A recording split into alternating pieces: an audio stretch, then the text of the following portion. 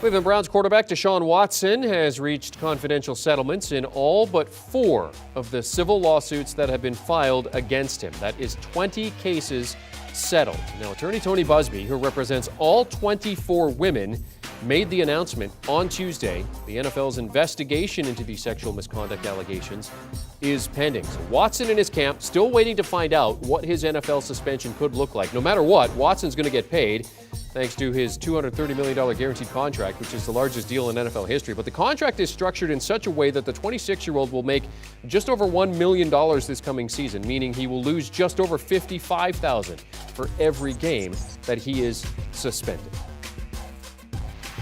All right, for more on the Watson situation and what it could mean for the Browns, let's now welcome in lead NFL insider Jonathan Jones and our 2-time Super Bowl champion Bryant McFadden. JJ, Watson said he wasn't going to settle. How has the landscape changed over the past few weeks? Well, he said that, and his legal team said that, and then, that was when there was 22 cases and lawsuits, and then it got to 24, and there almost got to be 25, 26. I asked Tony Busby about that earlier today, and he said about the 2 cases that we reported last week may be coming, and he said, listen, I think the statement speaks for itself, and so I assume those are not coming. But to the question, Jeremy, of what changed, well, it appears that Deshaun Watson doesn't want this to drag on much longer than he feels it has to. And so he has decided to try to settle all of these cases. We don't know the financial terms of these settlements. There was an initial number of $100,000 that was sort of in a footnote of one of the lawsuits a couple of weeks ago. One could assume that that number could be higher. One could assume that number could be lower. We may never know the answer to that. But listen, and this is important, settling is not an admission of guilt, is what every law person will tell you. It can just mean that you want to move past whatever situation is facing you. However, it could also very well be that Deshaun Watson and his legal team understand that because the sort of burden is much lower in a civil court than it would be in a criminal court, where he went to 2 grand juries, was not indicted, neither one of those, and has never been criminally charged. They have decided that they may not win some or all of those cases in a civil trial, that the financial penalty could be far worse, that a guilty verdict in a civil trial could be far worse reputationally, and so they have decided to settle. So any of those reasons, some combination of those reasons, could be why we are here today, but not altogether all that unexpected, considering, Jeremy, that last week when he was asked if he would consider settling, he sort of evaded that question there with reporters. One of the things that we are expecting is a suspension, the length of which we don't really know. It could be a few games. Some are postulating it could be as long as the full season. BMAC, the Browns went 8-9 last season with Baker Mayfield at the helm. So what do the Browns look like this coming season with and without Deshaun Watson? I mean, with Deshaun Watson, I think it's safe to say they're a playoff caliber team.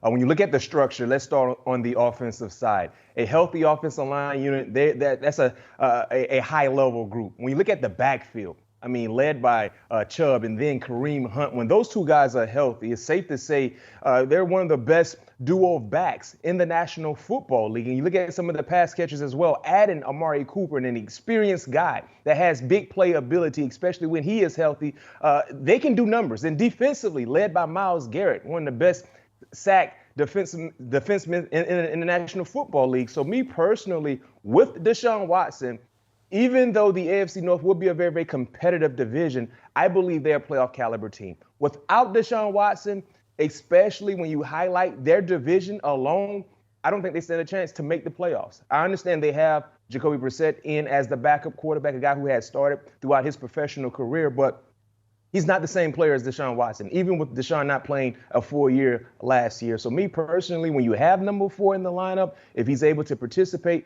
yes, they're a playoff caliber team. Yeah, Jacoby Brissett and Josh Dobbs, QB2 or QB3 and QB4 on the depth chart at this point in time.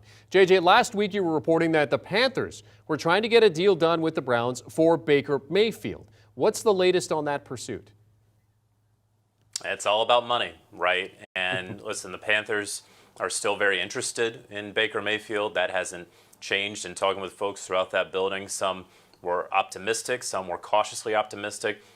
Someone else that I spoke to didn't think that the deal was going to get done, and obviously that person was correct, that the deal was not done. Look, Baker Mayfield is due $18.85 million in guaranteed salary by virtue of having his fifth-year option picked up by the Browns a couple of years ago. So what it means is no matter where Baker Mayfield is playing, or even if Baker Mayfield isn't playing, that he will be making nearly $19 million in the 2022 season. So when he gets traded from the Browns, and I don't think the Browns are going to just outright release him.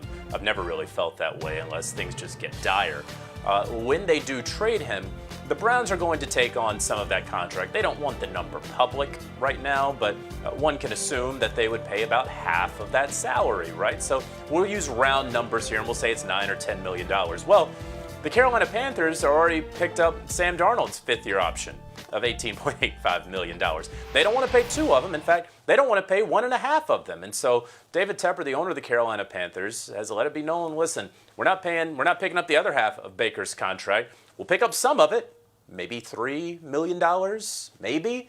But other than that, that's about as far as we are going to go. So who makes up that delta? Is it going to be the Cleveland Browns having to take even more of that salary and gifting the Carolina Panthers, a former number 1 overall pick who, when healthy, is a top half quarterback in the NFL? Or is it going to be Baker Mayfield saying, you know what, I do want my freedom out of Cleveland. I don't want them to just hang on to my rights while I just sit here when I know that I am a top-tier player in this league. I'm going to take a pay cut to make sure that I can get to Carolina and I can be the number 1 quarterback there and show the Cleveland Browns what they have missed out on, especially in Week 1 when the Panthers faced the Cleveland Browns.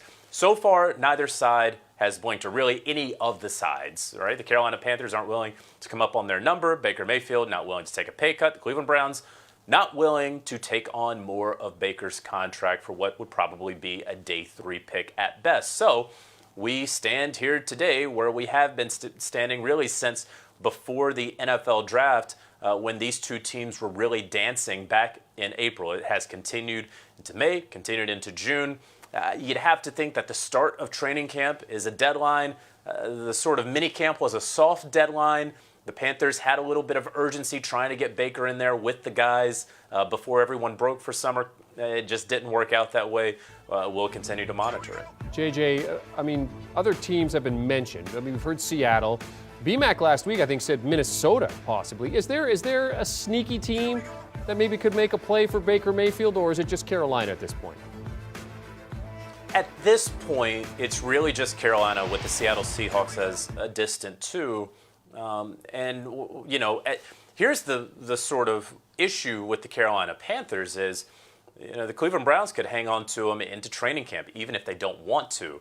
And here's the other thing. The Cleveland Browns don't really want to because Baker has to still report. He has to physically report to training camp. They can't say, oh, we're going to excuse you, just stay away. Remember, like Deshaun Watson last year with the Houston Texans still had to show up to the building even though he was never going to be placed onto that practice field after the first couple days of training camp. And so that's a similar situation. Obviously, the circumstances are far different, but the Browns can't just tell Baker to stay home and we're going to excuse the absences. So Cleveland doesn't really want that, but if in the event that they do allow that to happen, that they add that sort of sideshow to the team as they go into training camp, they could hold on to Baker until another team has a quarterback who suffers an unfortunate injury that then needs a Baker Mayfield, who would then happily pay, let's say, half of Baker Mayfield's contract in order to bring him on. And so that's where a team could really emerge. But right now, Jeremy, it's really just the Carolina Panthers with the best offer for the Browns. Okay, so if the Browns and the Panthers can come to a trade deal, BMAC, what does that mean for the future of Sam Darnold? We mentioned Brissett and Dobbs as the options in Cleveland. Could Darnold be part of a trade? It depends on what happens with Baker. I feel like if the Carolina Panthers trade for Baker Mayfield, it's safe to say they probably will try to move Sam Darnold. And JJ just hit on some key points regarding that scenario. You already picked up the 5th-year option for Sam Darnold. So if you already have that locked and loaded and he's guaranteed that money, and you make a trade for Baker Mayfield, it's safe to say you're going to try to move him. But this is a very, very weird year for quarterbacks, because outside of Cleveland, the only other team that really needs some type of quarterback assistance is the Seattle Seahawks. And they seem to be okay, quote unquote, hearing what Pete Carroll has said with their quarterback situation currently for the Seahawks. So me personally, if Baker goes to Carolina, I think it's safe to say the Panthers will try to do everything in their power to move Sam Darnold. You know, B-Mac, I think that the Panthers would certainly be interested in moving Sam Darnold if they were able to get Baker Mayfield. But the Panthers, because they have $20-ish million in salary cap room, actually was just listening to their VP of Football Administration, Samir Suleiman, who was talking about the public that doesn't really know how much salary cap space they really have. But that's beside the point. They could hold on to Sam Darnold because they have the salary cap space to hold on to him. And then I was talking about that unfortunate quarterback injury that seemingly always happens every training camp. Well, if it doesn't happen in every training camp, it certainly will happen in the first couple weeks of the season. Well, you can hang on to that asset in Sam Darnold, the former number 3 overall pick, with his contract, and deal him later on. You know, so I don't think that the Panthers, I don't think there's really an appetite for Sam Darnold out there in the trade market right now, so much as you want to trade him. But if that appetite can be created through a series of unfortunate events over the next couple of months, Sam Darnold then becomes an asset that you can move. And because you have the cap space to still house him in his $18.85 million salary for this season, you can wait and see what happens around the league. And if you're Matt Corral, I mean, and you're looking at this situation, you're just coming into Carolina thinking that you're going to get a shot at some point to play if Sam Darnold is the quarterback. But now, if they bring in Baker Mayfield, the future is not now. If you're Matt Corral, B-Mac, when you're sitting here looking at this situation, what are you thinking in terms of what your NFL future looks like? I mean, you still got a shot. And we're talking when it comes to the future of Matt Corral, but it still could be the here and now, because both guys have been inconsistent, Sam Darnold and Baker Mayfield. Both guys are in these conversations because they haven't been able to do what they were supposed to do. They haven't lived up to the expectations. So if you're Matt Corral, you shouldn't be threatened by either guy. Sam Darnold, if he is still there at the quarterback position, or if they trade for Baker Mayfield. Both guys have been inconsistent, and I think it's safe to say, JJ, with your Carolina ties, one would say Matt Corral has a higher ceiling than both Sam Darnold and Baker Mayfield currently.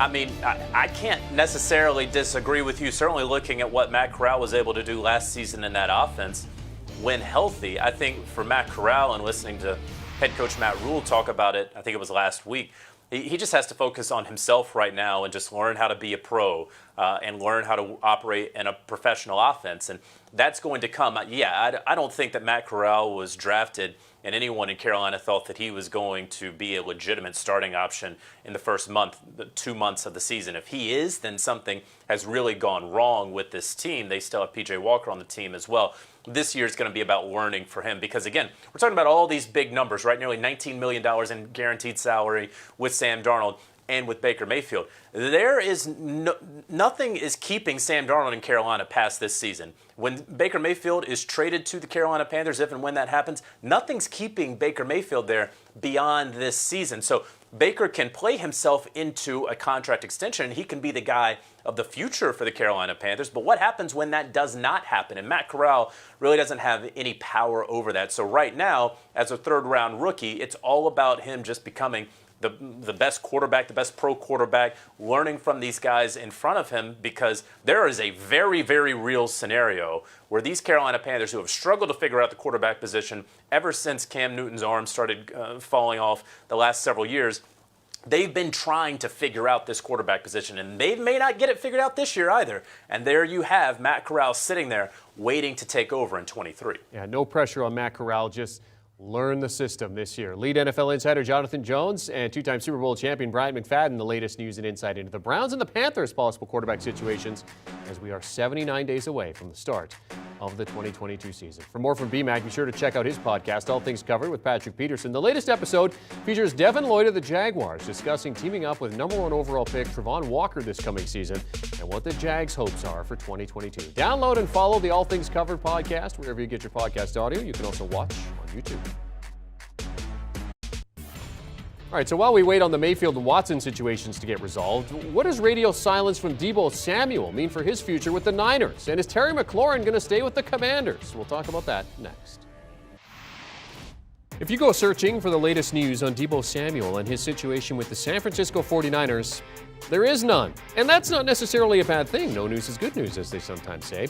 Samuel watched a number of fellow wideouts smash the offseason market with mega deals, but with the Niners showing little to no urgency to get a deal done, he requested a trade. Now, Samuel wasn't at OTAs, but he did attend mandatory minicamp, but he did not participate.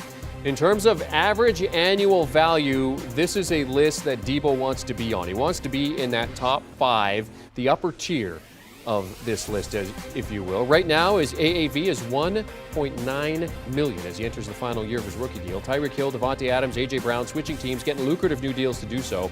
Tyreek top of that list at $30 million. No one seems overly concerned, though, and the 49ers still appear confident that a deal will get done. For more on the Samuel situation, let's welcome back lead NFL insider Jonathan Jones and our 2-time Super Bowl champion Bryant McFadden. Obviously, just having Deebo in the building for mandatory minicamp is a good thing in terms of talking. So, JJ, why is radio silence from the Deebo camp a good thing? Well, I mean, go back a couple of months, and Deebo Samuel was doing the whole social media thing that these guys do nowadays, where you strip your social media accounts of all references to the team under that you're employed by, and then when you consider it, nothing has been said lately, and I think that's a good thing that he shows up to the OTAs, the off-season work, even if he doesn't really participate. And honestly, and the folks that I've spoken to around the league, no one ever really thought that he was going to get dealt in the first place. I know there was a lot of hubbub around the NFL draft about a potential deal. One was never seriously close, really close at all, even if the New York Jets wanted it to be close. And so when I view this Deebo Samuel situation, when I ask around to folks around the league, I had one league source tell me that they had heard the 49ers were poking around with some of these teams that have wide receivers coming up on deals, asking about how they would be structuring the deals, trying to get a gauge on the market. And so I took that as a good sign for Deebo remaining in San Francisco, and then just simply the point of where we are on the calendar. A deal is very likely not going to get done at this point. A deal trading Deebo Samuel out of San Francisco is very likely not going to be done at this point. He's not showing up to nightclubs and having signs saying Deebo stay with the 49ers and him being like, you got to cut that out. So if I had to place a bet on this, I absolutely believe, as I have believed, that Deebo Samuel will remain a 49er for years to come. And the 49ers, a team that usually like to get their deals done over the course of the summertime. So it doesn't mean that a deal won't certainly get done. BMAC, how confident are you that these two sides will come to an agreement? I'm very, very confident. I mean, he's deserving of every dollar he's asking for. Super important for their offense, super important for their organization. He's a fan favorite. He does a lot in the community. Everyone loves Deebo. Even if you hate the 49ers, you love how he goes about his business in between the lines. He is a football player that happens to play the wide receiver position. And because of that, he has created lengthy leverage for himself when it comes to negotiating this huge deal that he should be receiving sooner than later. So me personally, I think a deal will get done. They have to find a way to pay him because he is probably their most valuable player on the offensive side, especially when you look at the versatility he displays week in and week out. BMAC, I mean, they went 10-7 last year, third in that NFC West. What do the Niners look like if Deebo Samuel is not part of that offense? They're a better team with Deebo than without Deebo. I do believe even with Trey Lance, a guy that lacks experience, when you have Deebo Samuel along with Kyle Shanahan dialing up that heat, George Kittle and the crew, they're a playoff caliber team. I think right now, before any game is played, guys, I think they would be considered the second best team in their division. And that's not necessarily a knock on the San Francisco 49ers, that's more of a praise to what the Rams have been able to do in adding pieces to the puzzle as well. So with Deebo, this is a team that can make a nice run, similar to what we saw in last year's postseason play. If they don't have Deebo Samuel, I'm not quite ready to say they won't be a playoff caliber team, but the likelihood of them getting into the playoff is not as likely if they don't have Deebo Samuel in uniform. JJ, the Niners said they weren't going to trade him if they don't get a deal done. Do you see this bleeding into the season and Samuel playing without getting the extension? That's hard to believe, especially because he's under $2 million for this upcoming season, especially because of his usage. I don't think that it would be wise for him to go into the season without a deal. I'm not certain it would be wise for him to go into training camp without a deal, to just be quite honest. And so you mentioned to Jeremy that this is a team that really likes to obviously take care of their core players. They like to get these deals done in the summertime. I absolutely believe that a deal can be struck here in the coming weeks so that you get Deebo Samuel on the field and you get him on the field in training camp so that spirits are high, and you get him on the field in training camp with spirits high with your new quarterback in Trey Lance, a guy who didn't get to work that much with Deebo. This is a kid, he needs reps with the ones. He needs reps. Every rep he can get with George Kittle, every rep that he can possibly get with Brandon Ayuk, every rep he can get with Deebo Samuel. And I think the 49ers, from a holistic standpoint, absolutely understand and appreciate that. And so if you're the team, if you're the franchise, you have to understand that getting a deal done with Deebo is the top priority. And you have to think the Niners have to be kicking themselves. After seeing some of these deals that have happened this offseason, the chance to extend him earlier, they're probably kicking themselves based on the money that they're going to have to pay now. It's not going to be a team-friendly deal. That's for sure. All right, the situation with the Washington Commanders and their star wideout, Terry McLaurin, remains fluid. Let's listen to what Commanders head coach Ron Rivera said last week about the possibility of trading McLaurin. No, he's subject to the rules, and we'll go from there. But we, give you guys a little tidbit. We've been talking with his folks probably the last week, and working on some stuff, and hopefully it'll be taken care of in a matter of time. All right. How much time, don't know, but it's never contentious. I can promise you that much. So we're feeling pretty good and pretty confident at some point this will get done, okay? When a player like this does make the impact he's made, and not just on the football team, but, around the community and everything, you have to be able to take care of that guy so everybody understands that, this is the type of player we want. This is how, guys that do it this way. And so that's why, and I've said this, we're not trading Terry. We're everything we're doing is we're trying to get this done. And like I said, just to tell you guys, we've been talking with these guys for over probably the last 7-8 days. And we intend to do this because we believe in who Terry is for us and what he can bring to the table. B-Mac, I want to come to you here first. We talked about Deebo's role in that 49ers offense. How important is Terry McLaurin to this Commanders offense, especially with a new quarterback in Carson Wentz? Very, very important. He's been one of the most consistent players they've had on the offensive end over the last 2 years. And think about this, guys. We saw the numbers that he's been able to provide since getting drafted in 2019, but he's been able to do so without efficient, consistent quarterback play. That's the unique thing about Scary Terry. He's been scary with, at best, average quarterback play. And that could be a bit far-fetched for me to say when you talk about some of the issues we've seen from Washington at that spot. But yet and still, Terry has been able to deliver, not just in the end zone, but moving the chains as well. So he's a very, very valuable piece to what they do. And you heard Ron talk about what he means in the locker room, what he means in the community. So me personally, especially now having Carson Wentz, who talent-wise, when it comes to the potential that Carson has, it's safe to say he's probably the best quarterback option that Terry will have the luxury of playing with in his early career. His numbers should definitely improve. They should increase. So me personally, he's very, very valuable for a team that has been trying to find that consistent stride. And you don't want to lose a player like him at all, because they're very, very rare to come around, especially when you talk about not just being good on the football field, but also being good in the locker room.